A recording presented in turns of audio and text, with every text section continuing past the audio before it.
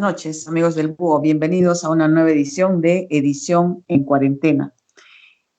Hoy día se ha reportado el número de contagios, el aumento en el número de contagios más alto en lo que va de la epidemia en Arequipa.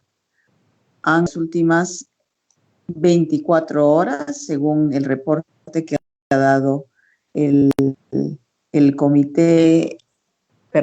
Comando Regional contra el COVID-19, se ha aumentado 165 casos en 24 horas y 2 fallecidos más, de manera que ahora estamos en 1.558 casos positivos y fallecidos 35. A nivel nacional tampoco es baja la cifra que se ha registrado o que se ha reportado esta mañana.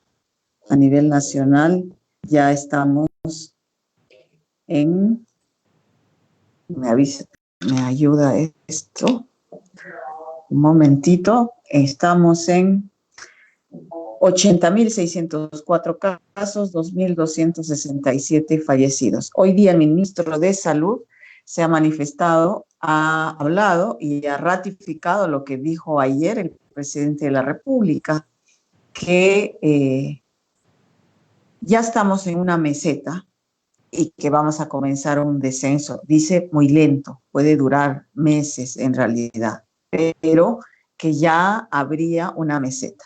Bueno, esa versión está siendo discutida por los especialistas todavía.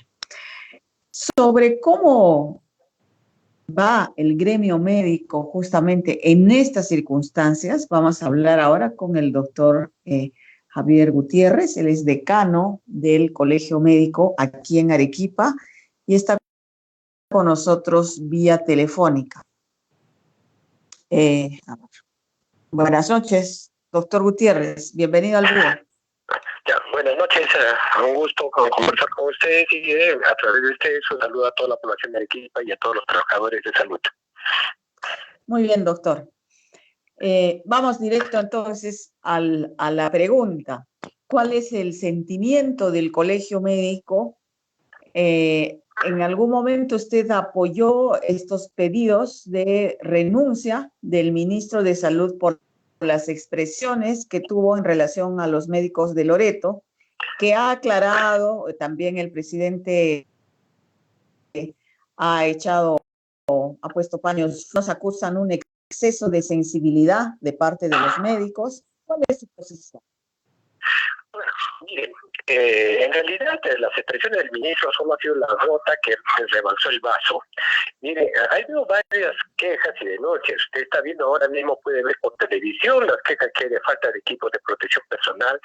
Pues tenemos que tener en cuenta lo gravísimo que significa eso, que no haya, que se entreguen en poca cantidad, que se pretenda que duren más de lo que esté establecido por protocolos, ¿no? Una cosa gravísima.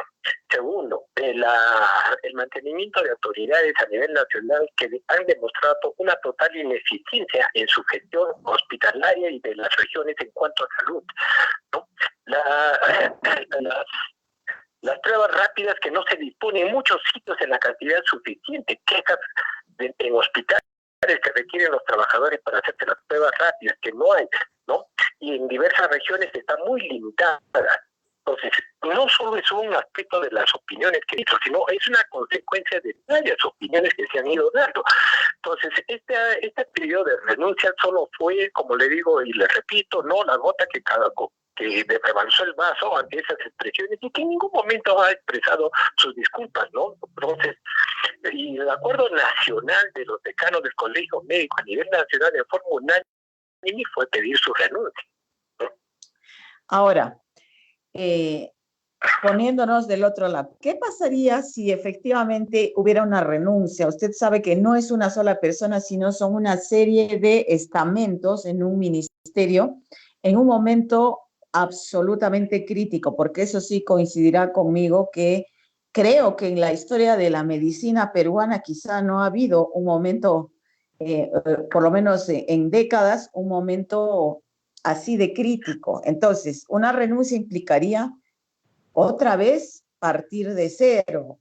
Eso es algo que podría mejorar las cosas? ¿En qué sentido, doctor? Mire, en realidad partir de cero no es cierto, ¿no? Siempre hay una estructura básica de los gobiernos regionales y del mismo Ministerio de Salud, ¿no?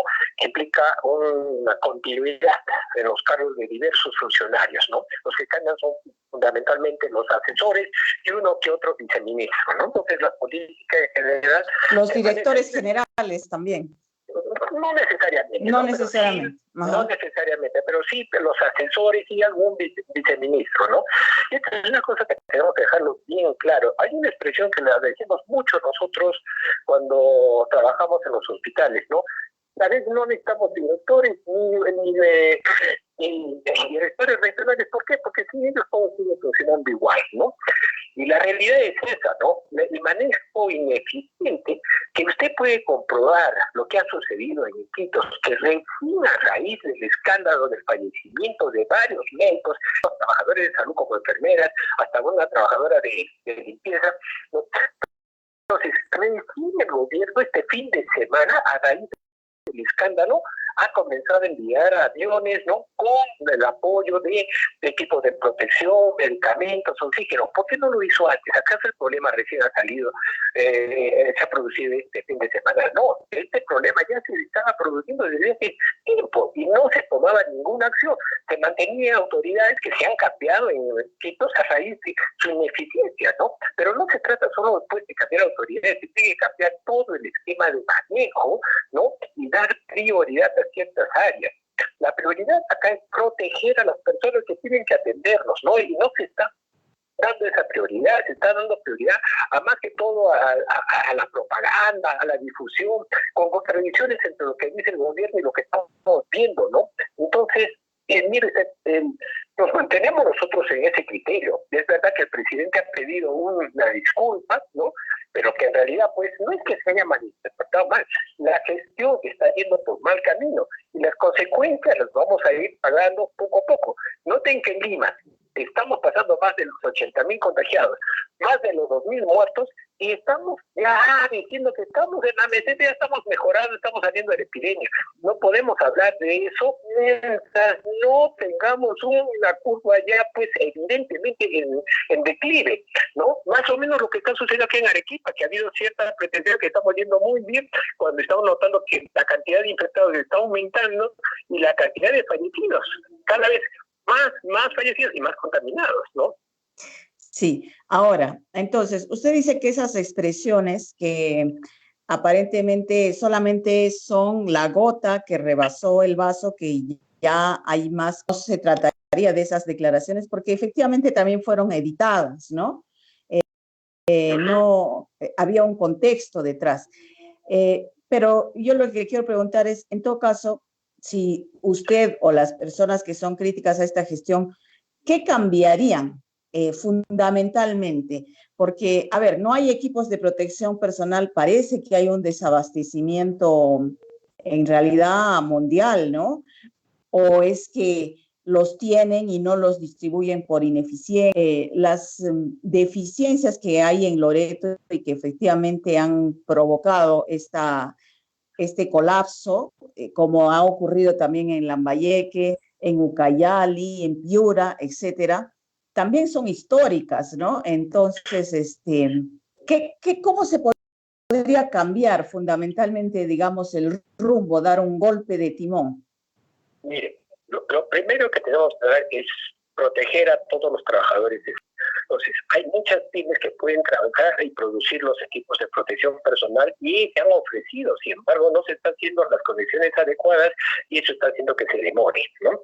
Mire usted, todos los actos de corrupción, compras sobrevaloradas, todo eso que no se castiga ejemplarmente. Entonces, no se corrigen estas cosas básicas, vamos a tener un problema que va a persistir, ¿no? Y necesitamos una autoridad que lidere y que sancione estos actos que se están produciendo. Mira, entonces, dotar de equipos de protección personal es fácil. Se ha denunciado, probablemente deben ustedes tener conocimiento de Rivalet y de una serie de mascarillas que, entre comillas, N95, que tenía un logo oculto por el logo de salud que decía ahí, no usar, no, para uso humano no deben usarse, ¿no? Y sin embargo, eso se les ha dado a los médicos. Ha sido una denuncia que ha salido por la televisión. Ayer salió también una denuncia de los médicos del Centro del Seguro Social de acá en Arequipa, que tengo que estar quejándose de la calidad de las mascarillas. Entonces, ¿cómo puede uno dar eso? Preferible decir, pues no tenemos, ¿no? Pero no engañar al trabajador. Entonces, eso desmoraliza a cualquier persona. Ahora, mire usted, la cantidad de toneladas que se está mandando de material en Quito, ¿de dónde salió todo eso? Quiere decir que puede que no se esté haciendo una distribución eficiente y oportuna. Y eso es lo que está faltando. Las pruebas rápidas, hay bastante demanda en todos sitios, efectivamente, pero nos preguntamos, ¿cómo otros países tienen las pruebas rápidas? ¿No? Chile, ¿no? Ecuador, ¿no? Argentina, sí, muy lejos son nuestros vecinos y las tienen y no tienen los problemas que nosotros estamos viendo, ¿no? Entonces, algo está pasando en la gestión. Estamos tratando de ocultar, ¿no? Con la disculpa de que hay mucho aspecto político, ¿no? Y que las críticas son, pues, innecesarias, pero en realidad no, tampoco debemos caer en el juego de que, bueno, hay que colaborar todos y no miremos las fallas. Las fallas nos siguen cada vez más. Y las consecuencias de esto son dos: mayor cantidad de muertos y mayor cantidad de pacientes, ¿no? Que no van a ser atendidos con la calidad que se merece, y lo que es peor aún, ¿no? Que muchos trabajadores de salud van a seguir falleciendo. Uh-huh. Ahora, hay problemas también en niveles intermedios, digamos, ¿no? En general de salud en las diferentes regiones son médicos o los directores de hospitales. O sea, también hay fallas no solamente del nivel central. Por ejemplo, en Arequipa, doctor, ¿qué está pasando en Arequipa? Usted ha sido invitado también cuando se ha formado este comando regional en su calidad de decano a participar de un comité asesor. ¿Está funcionando el comité? ¿Se están haciendo bien las cosas? ¿Qué está pasando en Arequipa? Ya, mire, hay dos cosas importantes. La primera pregunta que usted la dijo, ¿no? Los mandos intermedios, ¿cómo están trabajando? El problema de la actividad pública en general, del servicio público en el Perú, es que no hay una meritocracia. La mayor parte de estos cargos se deben a condicionamientos políticos o lo que llamamos cargos de confianza, bastante grave. Todo cargo en general debería tener un perfil, y a pesar que estos perfiles existen en muchas instituciones, sin embargo no se cumple justamente por confianza que permite nuestra legislación. Y ese es un factor muy grave que tenemos, ¿no? Entonces, segundo, que estas autoridades generalmente nunca rinden cuentas de todo lo que han hecho durante su vida como gerente de una institución o director de un hospital. Y no hago nada, todo es un desastre. Y no tengo ninguna sanción, ¿no? Porque no he hecho nada, ¿no? Entonces, ese es un problema muy grave. En cuanto al comando COVID, ¿por qué se formó el comando COVID en Arequipa después de Quito? Una de las razones fue por las serias deficiencias y problemas que se notó en la gestión de salud en Arequipa, que estuvo a cargo de una anterior autoridad y del gobierno regional. De ahí que la doctora Macetti vino e implementó esto. Entonces, el comando COVID tiene dos áreas evidentes. Una que es el área técnica, que es la que se encarga de dar las disposiciones ejecutorias de todas las disposiciones en cuanto al manejo, no solo de salud, sino también de disposiciones, por ejemplo, de los mercados, de manejo de cadáveres, etcétera. Y el grupo asesor, que lo dice bien claro, asesor, ¿no? El grupo asesor da ideas, sugiere cambios, sugiere, ¿no?, modificaciones, protocolos, todo, y depende del grupo técnico aceptarlas o no, claro, y su aplicación. Son dos cosas. Ajá. Entonces, que se ha mejorado, sí se ha mejorado en el sentido de que hay una uniformidad, ¿no?, que se está teniendo una uniformidad en el manejo. Y a diferencia de lo que pasa, por ejemplo, en el norte, acá tenemos una colaboración del Seguro Social con el Ministerio de Salud, con las clínicas privadas, más organizada de lo que se ve en el norte, donde hay una discrepancia y diferencia de opiniones entre todas esas tres áreas que les he mencionado, ¿no? Y no digamos otros aspectos que no tienen que ver exclusivamente con salud, como por ejemplo mercados.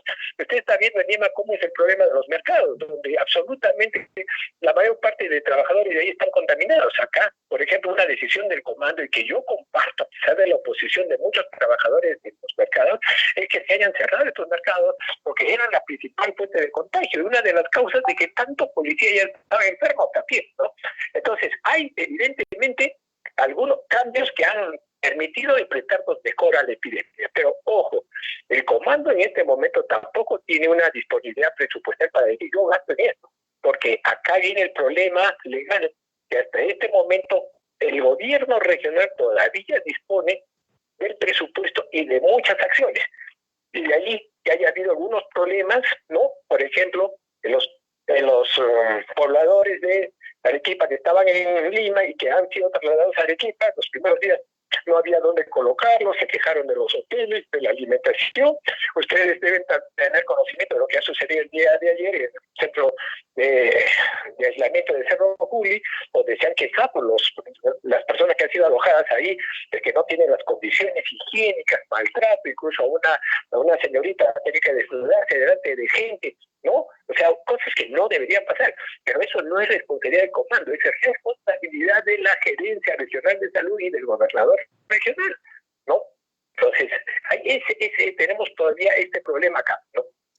Bueno, hoy día ha habido justamente el aviso a este centro de aislamiento para verificar si esas denuncias son reales, porque tampoco no ha salido una persona con nombre, sino, digamos, de manera anónima. Entonces, quizás sí deberían hacer una denuncia realmente con nombre y presentarse la persona para que sea realmente más creíble. En todo caso, el comando que preside el general Gratelli está convocando al comité asesor, como usted dice, que han apoyado, por ejemplo, el cierre de mercados, lo del transporte urbano, quizá les informará las reales condiciones del centro de aislamiento. ¿Está funcionando esa relación? Sí, mire, nosotros en realidad el comando asesor se está reuniendo prácticamente todos los días, ¿no? Y hacemos llegar nuestras sugerencias a través de la Defensoría del Pueblo, que es el jefe de asesores. El comando, de acuerdo a su disposición de tiempo, también reuniones, ¿no? Entonces hay una relación, ¿no?, bastante armoniosa en ese sentido, ¿no? Es verdad que hay cosas que se deben cambiar, ha habido demora en algunas acciones, pero esta demora, como le digo, se debe a que el comando aún no tiene una capacidad ejecutora del 100%, ¿no? Que eso sería la etapa final del problema del manejo de la pandemia, ¿no? Si el comando COVID y el gobierno regional siguen teniendo limitaciones o enfrentamientos en cuanto al manejo y procedimientos que se están realizando en Arequipa, esta es la fase final que viene a ser como una militarización del manejo de la pandemia, donde es no el comando, sino ya el ejército. Mano militar, claro. Claro, que tomarían el poder realmente político, ¿no?, como un estado de emergencia, como se acostumbraba a ver en la época del terrorismo, ¿no? La etapa final. Pero, como le vuelvo a repetir, si nosotros nos comparamos con lo que está sucediendo en otros lugares, estamos trabajando relativamente mucho mejor, con muchas fallas. Evidentemente, porque como usted ha dicho, este es un problema que se está viendo por primera vez, no solo en el Perú, en el mundo, ¿no? Y estamos aprendiendo mucho de nuestros errores, ¿no?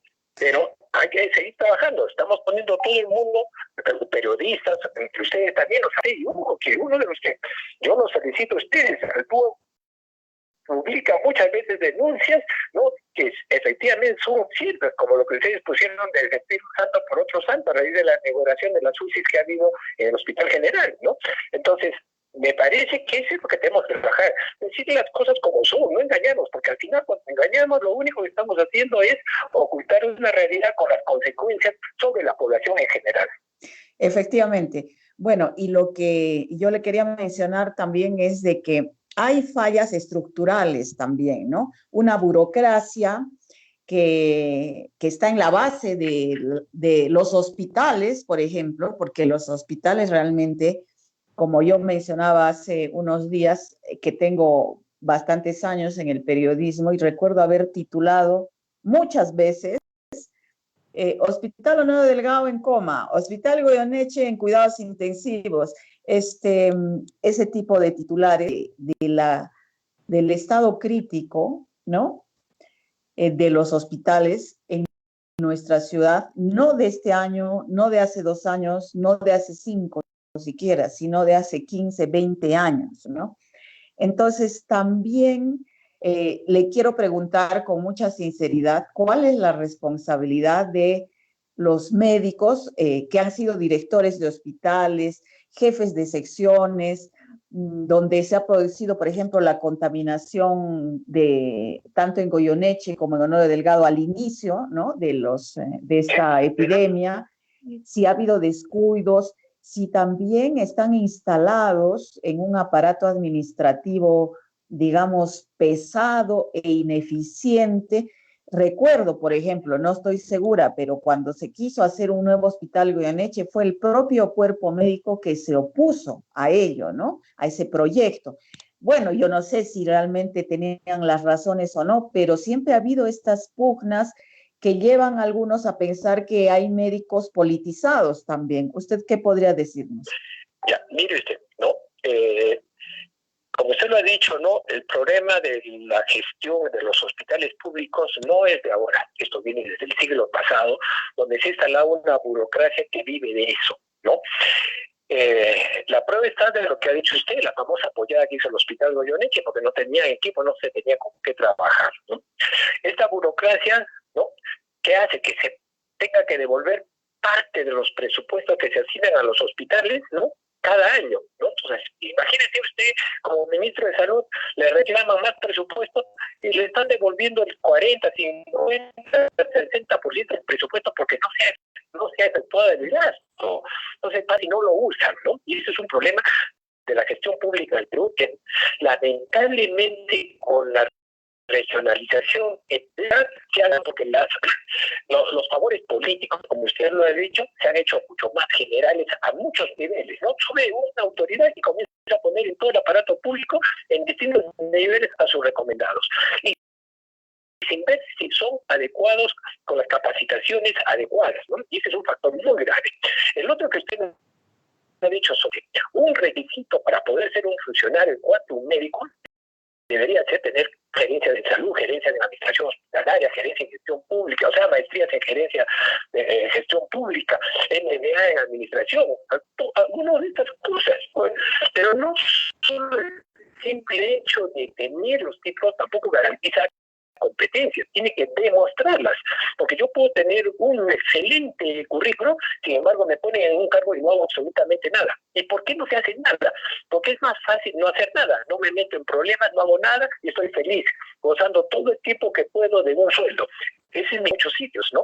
Porque el director que quiere hacer cambios se va a tener que enfrentar a esa burocracia, no solo de la parte administrativa, sino de la parte pública, que quiere mantener sus privilegios que los ha tenido por años. Y estos privilegios, muchas veces, cuando uno está en el llano, mira a la autoridad que tiene esos privilegios y simplemente está esperando su momento para llegar ahí y gozar de esos privilegios. Lamentablemente, esa es la gestión pública que hay en el Perú. Todo el mundo, porque ya dice, me va a llegar, y cuando me llegue, ahí viene pues el ejercicio ilícito, ¿no? Y mal ejecutado de la gestión pública, ¿no? Entonces hay una responsabilidad compartida, yo lo reconozco, pero eso tenemos que cambiar, pero para poder cambiar eso se necesita pues un cambio hasta del sistema de salud, dejar este sistema fragmentado de seguro social, MINSA, fuerzas policiales, etcétera, ¿no? Por un tema único de salud. Y desde mi punto de vista personal, que es compartir por muchos decanos regionales, debe volverse a la centralización del MINSA, donde sea el Ministerio de Salud el ente rector de toda la salud y del manejo, y olvidarnos de los gobiernos regionales, como lo dije ya en una entrevista, se han convertido prácticamente en los reinos feudales, donde el rey feudal, ¿no? El señor del castillo decide lo que se hace y todo el mundo tiene que decir amén porque está sacando del carro. Y no son criterios técnicos, efectivamente. Y no son nada técnicos, bueno. Muy bien. Bueno, pregunta final, doctor. En Lima se ha denunciado que también, hablando de la parte deontológica y ética de los médicos, varios han pedido licencia porque supuestamente que quieren evitar el contagio y sin embargo estarían trabajando en clínicas privadas. En Arequipa, ¿el colegio médico ha recibido alguna denuncia de ese tipo o va a hacer un análisis de que también podrían estar, digamos, faltando, como se ha visto algunos casos, ¿no? De médicos que trabajan en hospitales y usan esas horas para atender en su consultorio privado o derivan a sus clínicas. O sea, se ha dado esos casos. ¿Cuál es en ese sentido la posición del colegio o la acción que va a tomar?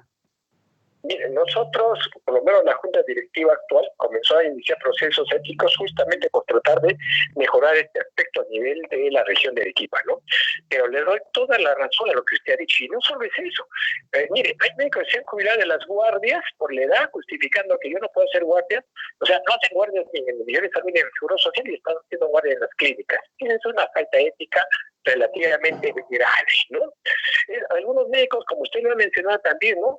En sus horas de trabajo están atendiendo en la consulta particular, ¿no? Por eso vemos la proliferación de los consultorios frente a los hospitales, ¿no? Qué curioso, ¿no? Llama mucho la atención. Entonces, son aspectos éticos que nosotros hemos tratado de comenzar a corregir. Lamentablemente, toda la pandemia nos ha quitado mucho tiempo en cuanto al plan de trabajo que teníamos. Pero cualquier persona que considere que puede haber una falla ética que conozca, puede presentar una denuncia al colegio médico y nosotros tenemos la obligación de tratarlo a eso.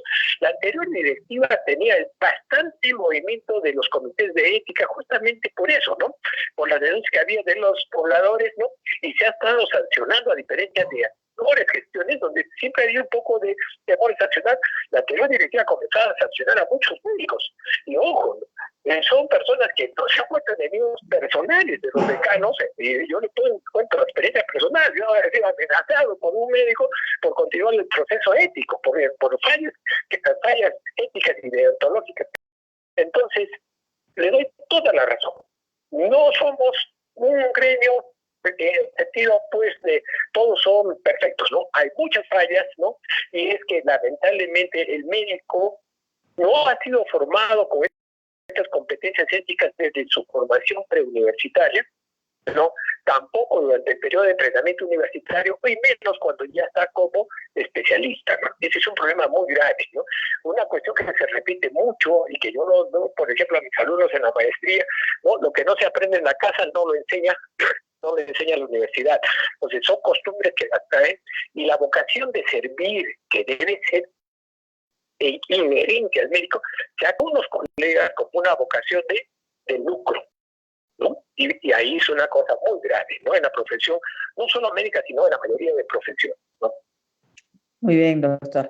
Bueno, le agradezco su tiempo y sus reflexiones y deseamos realmente, todos los arequipeños tenemos que desear que ese comando y su comité asesor anden de la mano y podamos realmente nos puedan ayudar a salir de esta situación tan grave, ¿no? que pasamos. ¿Usted recuerda alguna situación parecida a esta en su historial como médico? Mire, yo he vivido dos epidemias que hemos tenido. La epidemia del cólera, cuando recién salí de médico, ¿no?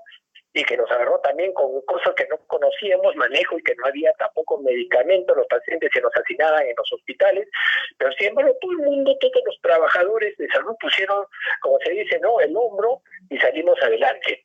El problema de la influenza que hubo hace unos años también, ¿no?, cuando llegó acá, y que permitió, por lo menos en Arequipa, ser manejado muy bien, adecuadamente, ¿no? Siempre ha habido problemas de falta de equipos, todo eso, ¿no? Esta es una situación que tenemos en la actualidad bastante grave, pero es bastante grave, ¿por qué? Porque implica una cosa básica que no lo ha dicho usted, que la responsabilidad de la población de cuidarse a sí misma. Nada ganamos teniendo 1000 camas de UCI, nada ganamos teniendo cientos de médicos emergencistas o intensivistas si es que la población no se cuida, esa responsabilidad social de cuidarse, que nunca le hemos ejercido como debe ser, es algo que no insistimos, pero como médicos y como trabajadores de salud, y ustedes como periodistas están incentivando a que la población cumpla con la cuarentena. Debemos cuidarnos, debemos proteger a nuestros ancianos, debemos proteger a nuestros niños. Sin embargo, en esto estamos fallando, ¿no? Usted está viendo la cantidad de gente que deambula acá en Arequipa como si nada. Y si vamos a Lima, la cosa pues ya reventó, ¿no? Nadie está cumpliendo la cuarentena, se ha perdido el principio de autoridad que debió haber ejercido desde un primer inicio que se comenzó esto, para que la gente se haya acostumbrado. Además, mire usted una cosa, ¿no? Rescatar, ¿no?, la autoridad que detenían a un periodista, a una periodista que llamó a un general para que le levanten la infección, ¿no? Cuando ahí el presidente, por ejemplo, citado al policía que hizo esa detención y llamarle la atención al general que evitó que se proceda a la detención de esta periodista, ¿no? Entonces, fíjese que pierde autoridad, porque yo como poblador, un vulgar poblador, no sencillo, no miro eso, digo, pues si hacen eso, yo llamo al general, ¿para qué cumplo, no? Entonces, el problema de la responsabilidad social es algo que no se enseña en los colegios ni en las universidades, es algo que tenemos que inculcarlo en toda la población. Tenemos que ser responsables socialmente, es decir, me cuido yo y de forma indirecta estoy cuidando al resto de la sociedad. Eso es algo que yo sí los felicito a ustedes, porque como periodistas, el gremio de ustedes está ayudando a que la gente importante no es tanto los médicos, no es tanto los hospitales, sino que la gente aprenda esta responsabilidad social, porque esto va a permitir no solo superar esta epidemia, sino nos va a permitir superarnos como sociedad, ¿no? Y tener mejores niveles como sociedad. Muy bien. Muchas gracias. Muchas gracias. Hasta cualquier momento. Muy amable. Ya, hasta luego. Hasta luego. Bueno, fue el decano del Colegio Médico, el doctor Jaime Gutiérrez, ya lo han escuchado. No, si el comando anda así, en línea recta, y si dotan de 100 camas UCI, y si llegan 300 o 500 camas de hospitalización y médicos intensivistas, pero si seguimos saliendo a la calle o a los mercados sin respetar la distancia social, incluso con la necesidad que hay, que es comprensible, de mucha gente que tiene que salir para comer porque los bonos no llegaron, porque viven del día a día, etcétera, pero guarden su distancia social en la medida de lo posible, porque después no hay nada que hacer frente a esta enfermedad, no hay vacuna, no hay tratamiento, los médicos hacen lo que pueden, pero nada garantiza que puedan salvar las vidas que se ponen en riesgo. Ojalá realmente podamos entenderlo. Ahora vamos a conversar sobre el otro aspecto de esta emergencia, las consecuencias económicas de esta parálisis, precisamente. Es tan grave esta enfermedad que nos ha llevado a una verdadera parálisis, que nadie podía calcular y creer en su momento que íbamos a llegar a esto, ¿no? Estamos 2 meses sin trabajar, entonces obviamente quiebran empresas, quiebran familias, ¿no? Es una situación económicamente muy grave cuyas consecuencias, junto con las de salud, vamos a llevar por años, no este año ni el 2021, sino más allá. Y en esta coyuntura se ha presentado el problema de los colegios privados, que como relativamente había una cierta holgura económica en algunos sectores, en Lima, en Arequipa, pues ya se habían acostumbrado a altos pagos, a mucha demanda, ¿no? A que la gente despreciara el sistema público, que dicho sea de paso, ha mejorado mucho, ha mejorado muchísimo en los últimos años. Quizá no lo suficiente, pero hay que reconocerle eso también, y a pesar de todos los problemas que sigue arrastrando, ¿no? Pero la educación pública de hoy, a la de hace 10 años o 15 años, creo que hay una diferencia. Bueno, Y esto se está presentando en muchos colegios, en Arequipa, en Lima y en otras ciudades. Justamente esta mañana había una protesta, padres de familia del colegio Padre Damián de los Sagrados Corazones, así se llama, que está en la calle San Juan de Dios. Han hecho un plantón porque aparentemente la administración de este colegio no cede en la necesidad que están exponiendo los padres de familia del colegio Padre Damián de los Sagrados Corazones, de que se rebajen las pensiones, porque evidentemente los costos que el colegio tiene no son los mismos para una educación a distancia. Ahora, precisamente para eso, el Ministerio de Educación ha propuesto, y ese decreto se ha promulgado, para que obliga a las instituciones privadas a transparentar su estructura de costos. Es decir, sí, realmente, porque todas las instituciones educativas tienen que ser sin fines de lucro, más allá de que sean privadas o promovidas por personas privadas o que esas personas privadas tengan afán de lucro. Más allá de eso, la educación no es una actividad para lucrar, al menos en teoría. Por lo tanto, los centros educativos particulares no pueden repartir utilidades, irse de viaje, aunque lo hacen muchos en la práctica, irse de viaje con las pensiones a Europa, etcétera, etcétera, no pueden por norma. Entonces, si ahora se niegan a rebajar las pensiones porque señalan que no pueden cubrir sus costos y que necesitan cobrar, bueno, el ministerio ha dicho, muy bien, dime cuáles son tus costos. A ver, ¿cuánto pagas a tus profesores? ¿Cuánto pagas por servicios mínimos que no están usando? O sea, agua, luz, porque los alumnos no están yendo, por costos administrativos, digamos, y cuánto es lo que reciben. Entonces, hay diferencias muy grandes. ¿Qué estarían haciendo con ellas? ¿Se justifica esas pensiones tan altas?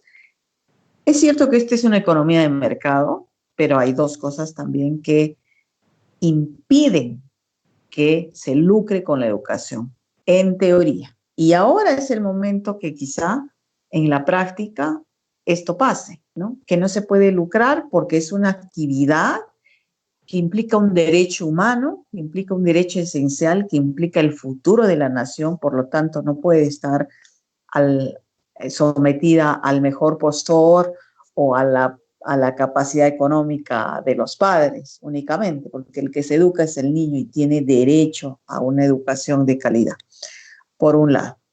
Y por otro lado, estas supuesto no lucro, ¿no?, de las instituciones a través de transparentar su estructura de costos. Y sí tienen que, de repente tienen unos márgenes que deben servir para invertir en el propio centro educativo, mejorar su infraestructura, mejorar sus servicios.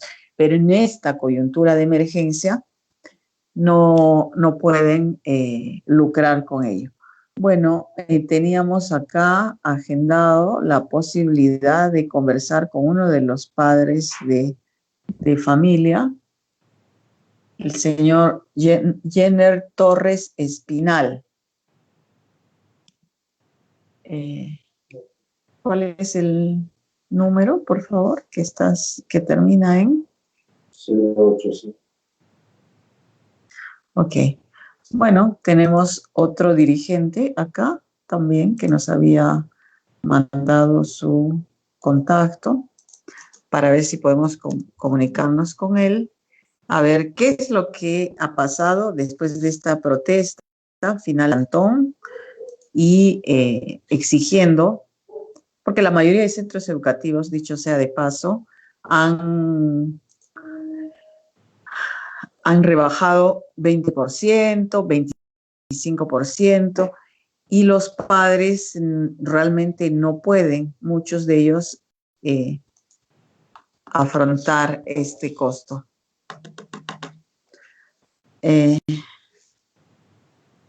Vamos a ver si podemos comunicarnos con uno de los padres de este centro educativo. Hoy día era precisamente el plazo para que los colegios presenten esta estructura de costos al Ministerio de Educación. Y los padres, al ver esto, pueden decidir, porque estamos en una economía de mercado, repito, el Estado no puede decirle al colegio, usted cobre tanto, no. La Constitución garantiza esa libertad económica, pero también le garantiza el derecho a los padres de que tengan esa información, que haya transparencia y que en función de eso decidan finalmente si es que van a mantener a sus hijos en ese centro educativo o no. Muchas cosas van a cambiar en nuestra sociedad. Así que, digamos, el hecho de quedarse por mantener una vacante porque es un colegio muy demandado, tampoco va a ser, creo, en el futuro un factor que evite la migración de algún colegio que no tenga la sensibilidad.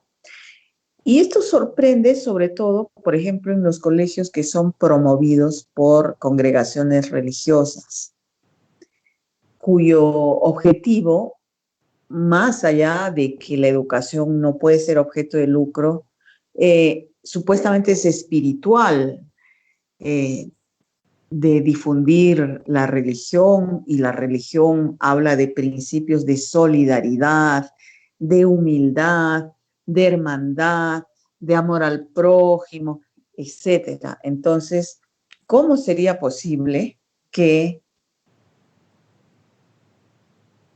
no consideren la situación de los padres en esta coyuntura? En fin, es algo difícil de comprender. Bueno, no está disponible el padre de familia, así que solamente les dejo la inquietud. Hay unas fotos que vamos a publicar en nuestro sitio de Facebook sobre la protesta que ha habido esta mañana, que están pidiendo la reducción del 50%. Y quienes me están escuchando y saben, hay muchísimos colegios en la misma posición.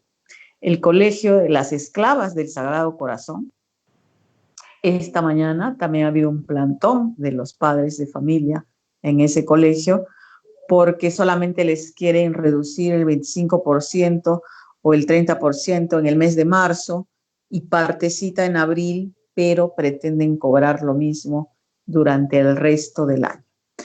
Y para justificar estos costos, ¿qué están haciendo?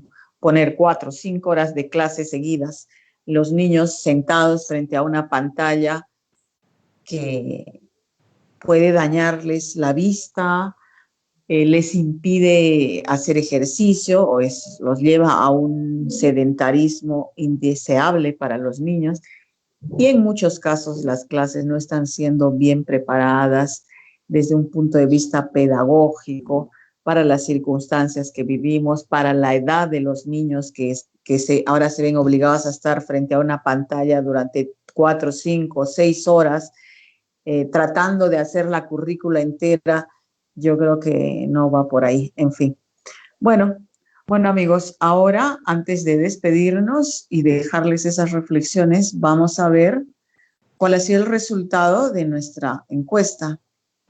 Esta noche hemos hecho una encuesta que la tienen en sus pantallas y que está relacionada con el proyecto de taxis colectivos que el Congreso promueve. La pregunta es, ¿el Congreso debe insistir en formalizar taxis colectivos? Y esperamos su respuesta por el sí o por el no. Si me ayudan,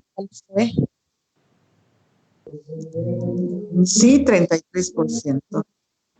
Y el 67%. Es decir, la mayoría de nuestros seguidores opina que este proyecto de taxis colectivos no es viable.